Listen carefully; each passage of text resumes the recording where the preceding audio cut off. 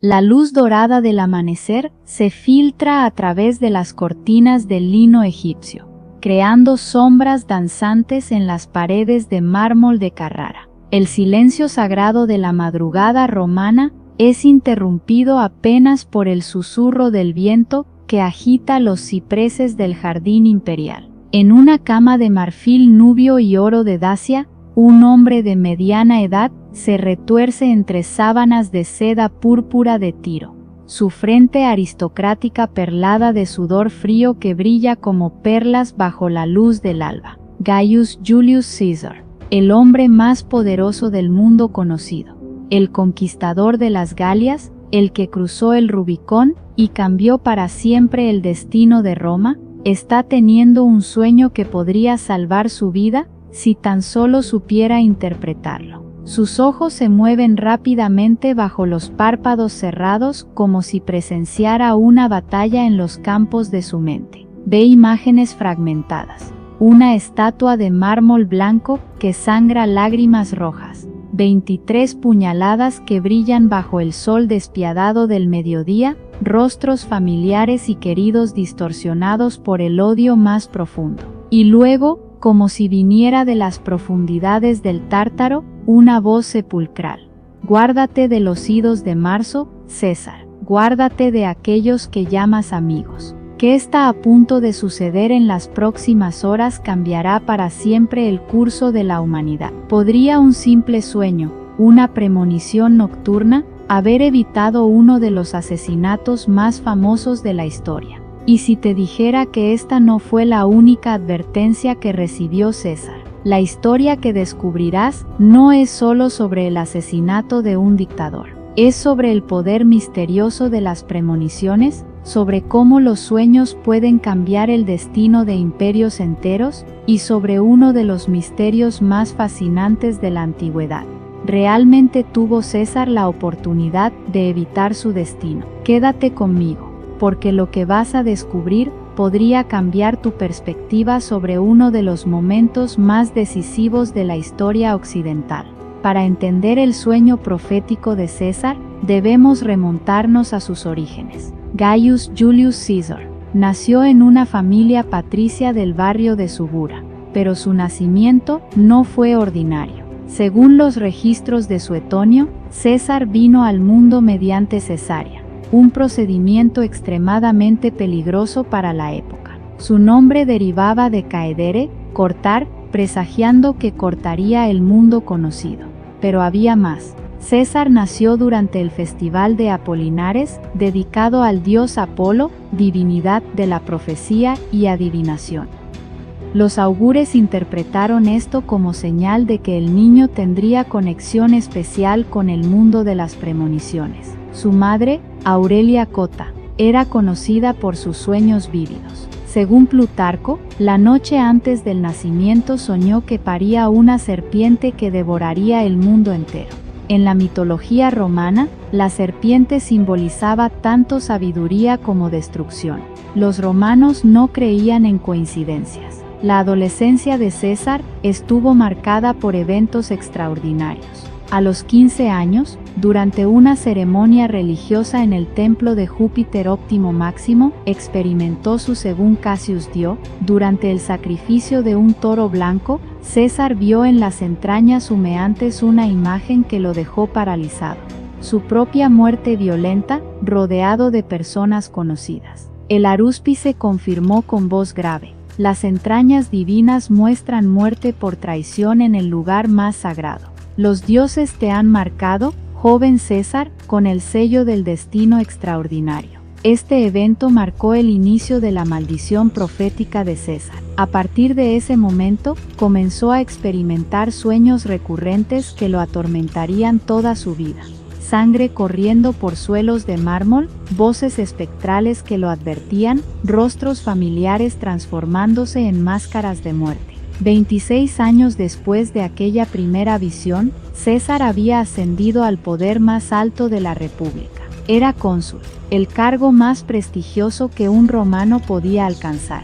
Pero con el poder vinieron señales más intensas. Durante su consulado, César experimentó lo que él llamó la noche de los 1000 susurros. Según su relato personal, que sobrevivió en obras de Suetonio, despertó escuchando voces etéreas que susurraban su nombre. No eran voces humanas, sino algo más antiguo y terrible. Caesar, Caesar, guárdate de la gloria que destruye, guárdate de los amigos que traicionan, guárdate del día que divide el mes en dos partes iguales. Esta frase lo obsesionó durante meses. Los idos marcaban exactamente la mitad del mes. Los idos de marzo, el día 15, era el punto medio del mes primaveral. Pero César, arrogante, interpretó estas visiones como productos de su mente exhausta. Durante sus campañas en la Galia, César experimentó las premoniciones más claras de su vida. En la víspera de la batalla decisiva contra Vercingetorix en Alesia, tuvo un sueño que cambiaría su perspectiva sobre la guerra y el destino. En este sueño, César se vio no como conquistador, sino como víctima. Vio a Roma no como su triunfo, sino como su perdición. Según sus anotaciones, preservadas por su secretario, se vio vestido con toga púrpura de emperador, cargo que aún no existía, rodeado por senadores con puñales ocultos. Lo más perturbador no era la violencia, sino el lugar específico.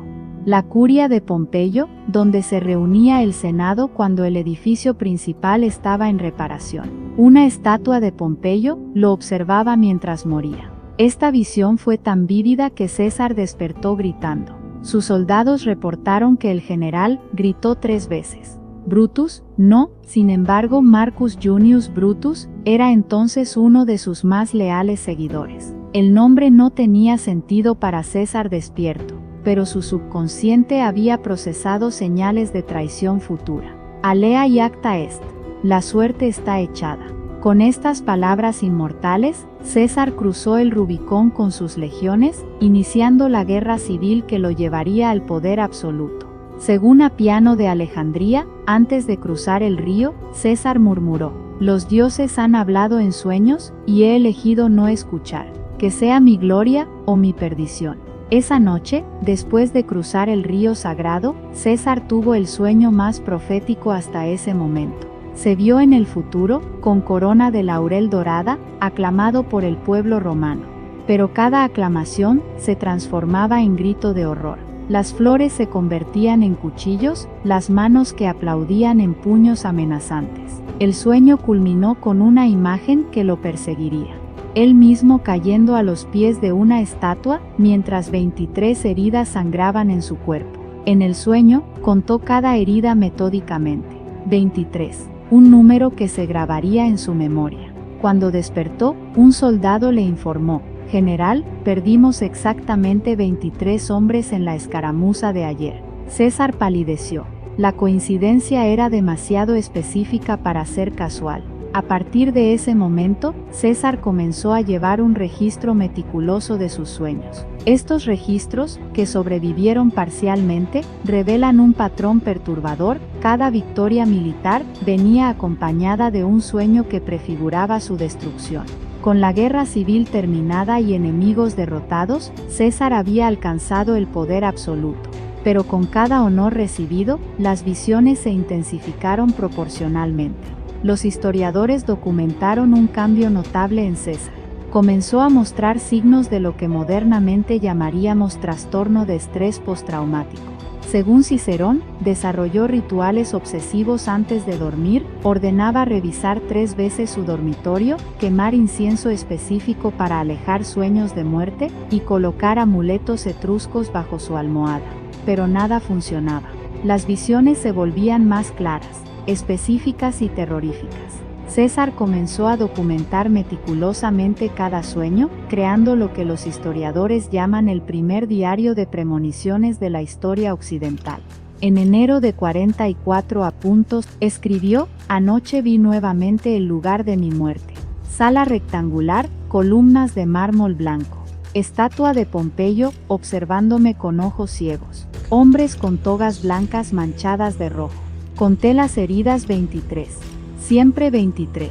Febrero fue un mes de presagios extraordinarios. No solo César experimentaba visiones, toda Roma parecía bajo influencia de fuerzas sobrenaturales. El primer presagio ocurrió el 15 de febrero, de ello, exactamente un mes antes de los idos de marzo.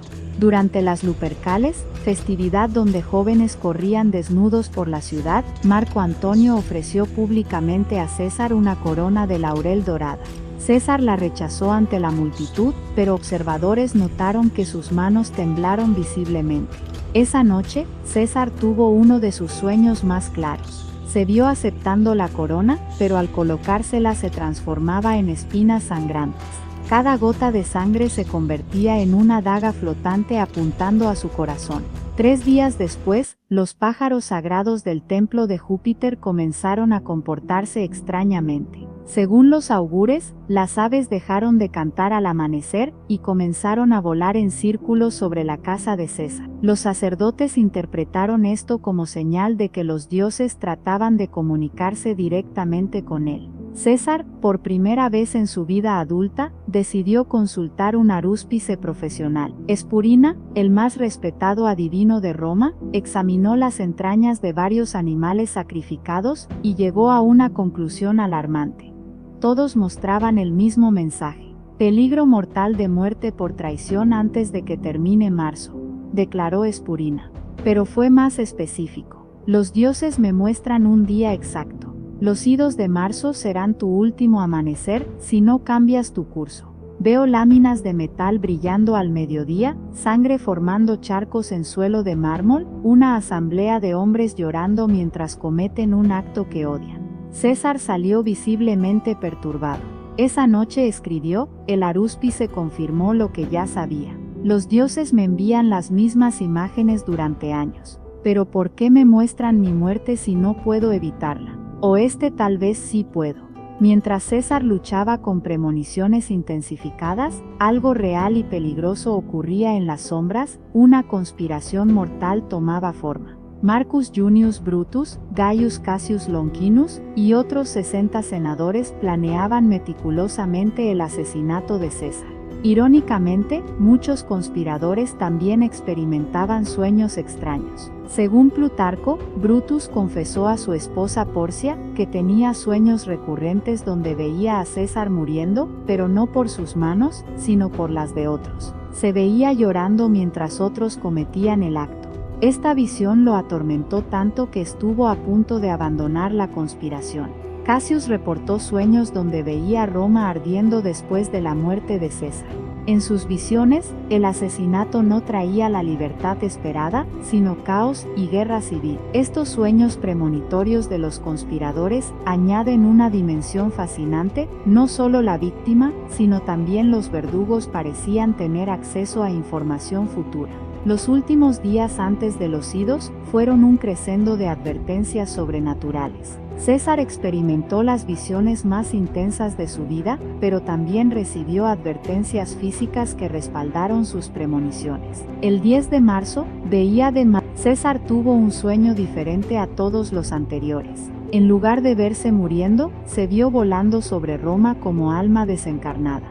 Desde esta perspectiva aérea, pudo ver toda la conspiración desarrollándose: Brutus reuniéndose con otros senadores, puñales siendo preparados, incluso el lugar exacto del asesinato. Cuando despertó, hizo algo nunca antes hecho.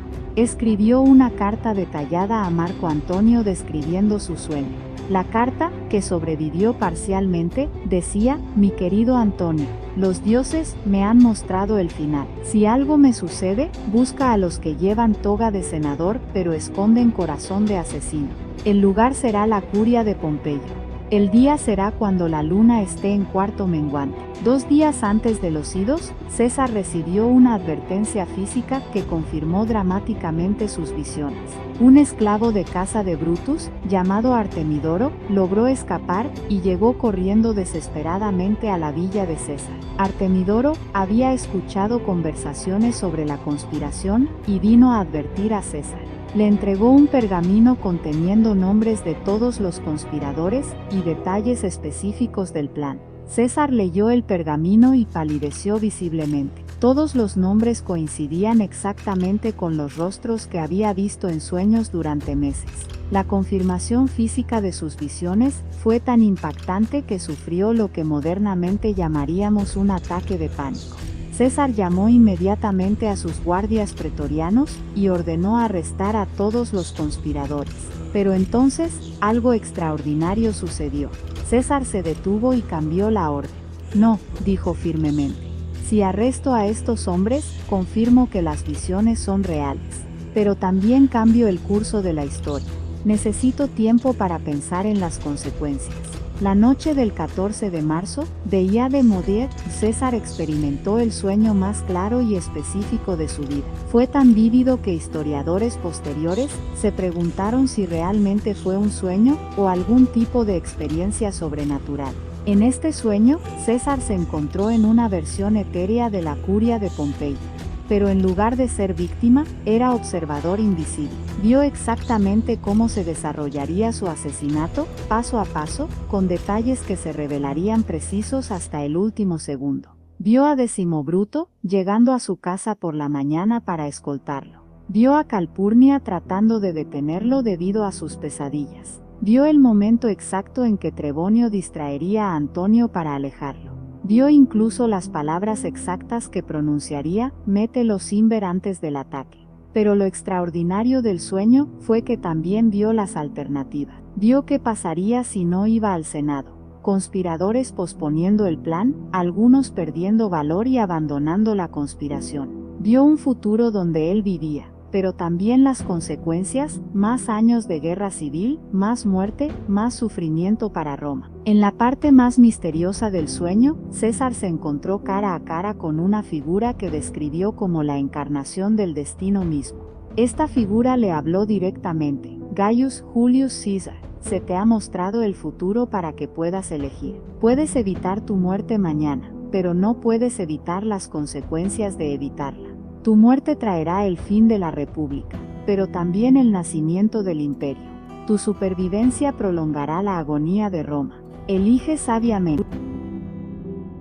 César despertó del sueño más claro de su vida con una certeza absoluta. Sabía exactamente qué iba a pasar ese día y tenía el poder de evitarlo, pero también sabía las consecuencias terribles de cada decisión. Por primera vez en su vida, las premoniciones no eran solo advertencias vagas, eran un mapa detallado del futuro. Según los registros de Suetonio, César se levantó antes del amanecer y pasó una hora escribiendo lo que él llamó mis últimas reflexiones. En este documento, que sobrevivió fragmentariamente, César escribió: he visto mi muerte en sueños 1000 veces, pero esta noche vi también mi vida. Vi las consecuencias de vivir y las consecuencias de morir. Los dioses me han dado el regalo terrible de la elección consciente. Mientras César luchaba con su decisión final, otra persona en su casa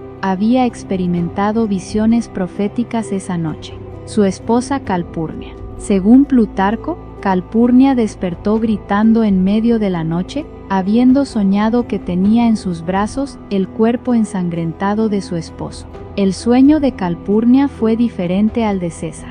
Ella no vio los detalles políticos o las consecuencias históricas. Su sueño fue puramente emocional, vio el dolor, la pérdida, la sangre. Vio a Roma llorando la muerte de su líder. Vio el funeral, vio las lágrimas del pueblo, vio el caos que seguiría. Cuando César le contó sobre su propio sueño, Calpurnia hizo algo extraordinario. Le propuso una alternativa que él no había considerado. Si los dioses te han mostrado tu muerte para que puedas elegir evitarla, le dijo, entonces tal vez su propósito no es forzarte a morir, sino darte la oportunidad de vivir y cambiar el curso de la historia de una manera diferente. Esta conversación añadió una nueva dimensión a la decisión de César. Tal vez las premoniciones no eran una profecía fija, sino una oportunidad para alterar el destino. Tal vez los dioses le habían dado estas visiones precisamente para que pudiera encontrar una tercera opción.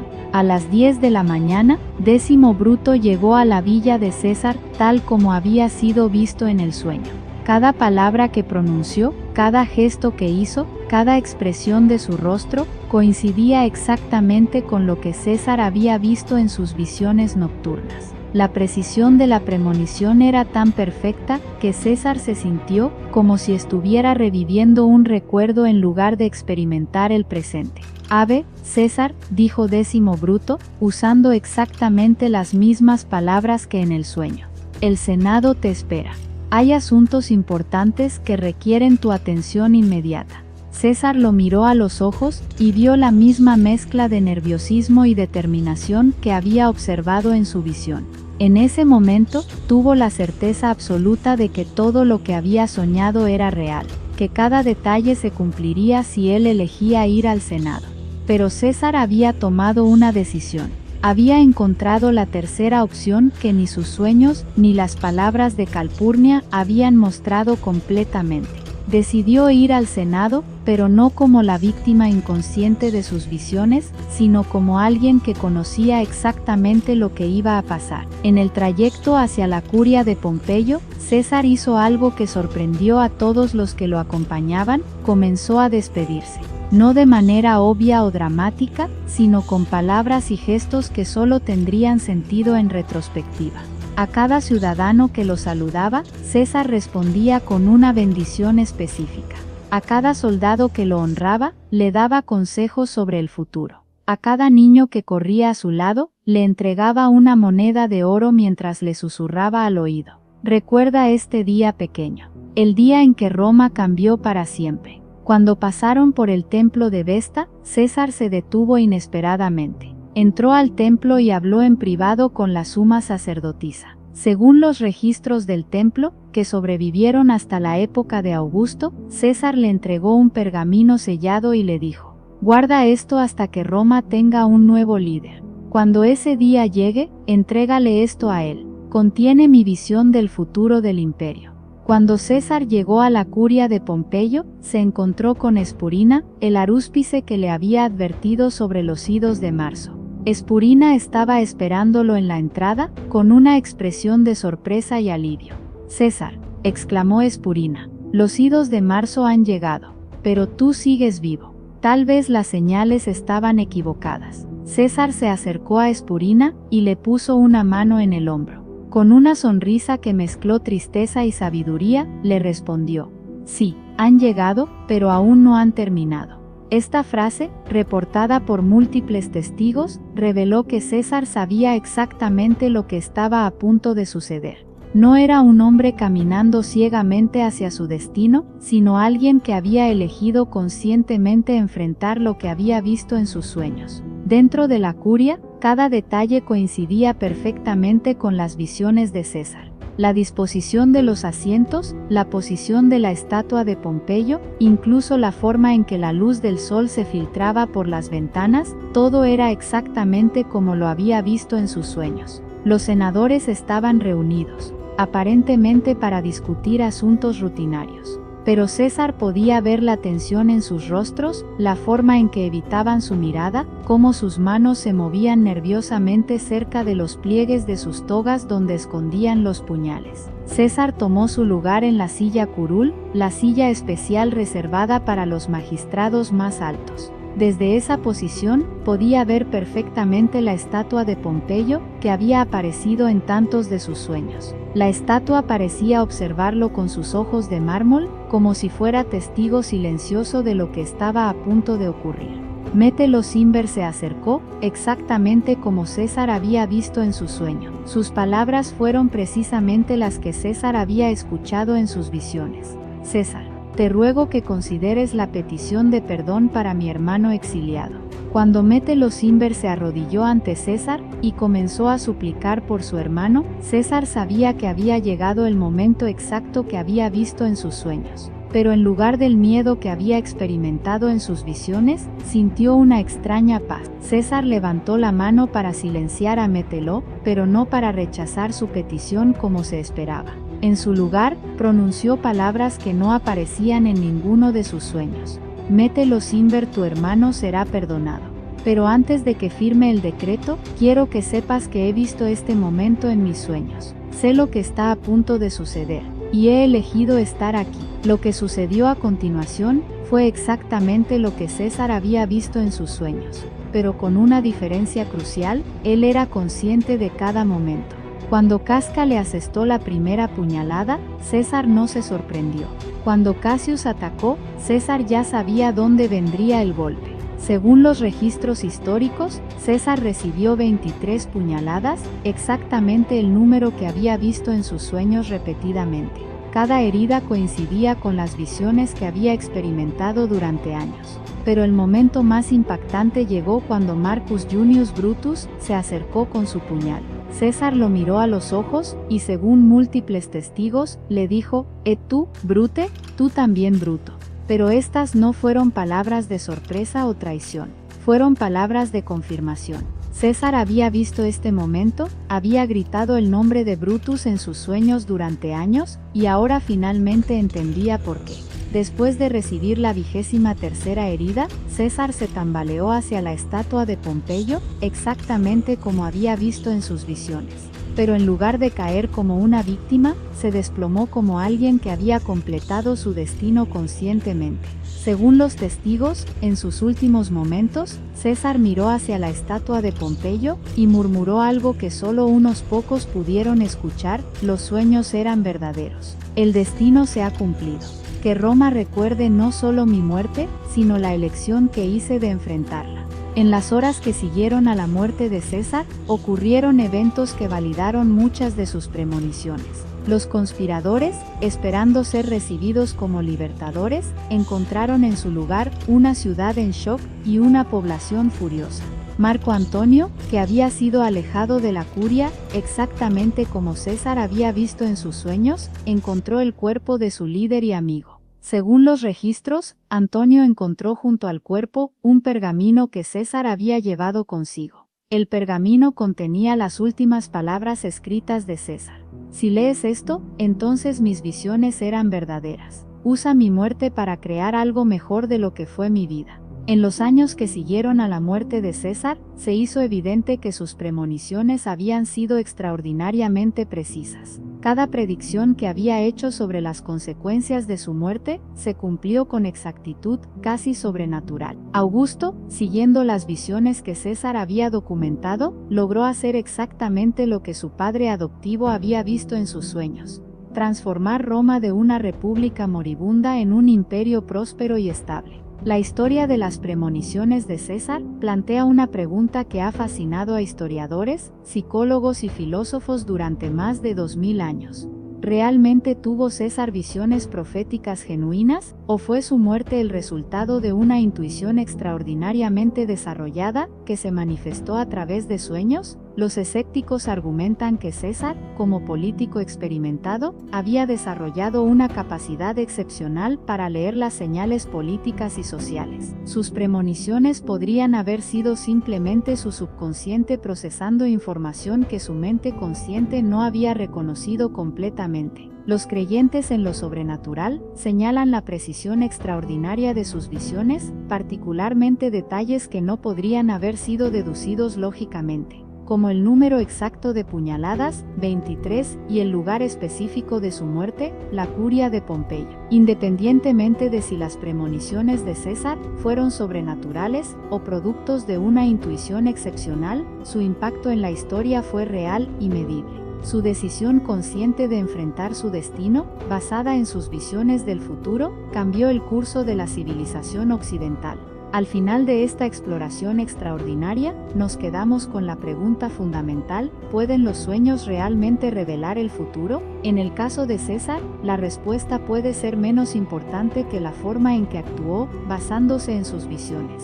Ya fueran premoniciones sobrenaturales o intuición excepcional, César demostró que la capacidad humana para percibir patrones y tomar decisiones conscientes sobre el futuro es verdaderamente extraordinaria. Y tal vez, en esa elección consciente y valiente, encontramos la verdadera lección de sus premoniciones: que el poder real no reside en conocer el futuro, sino en tener el coraje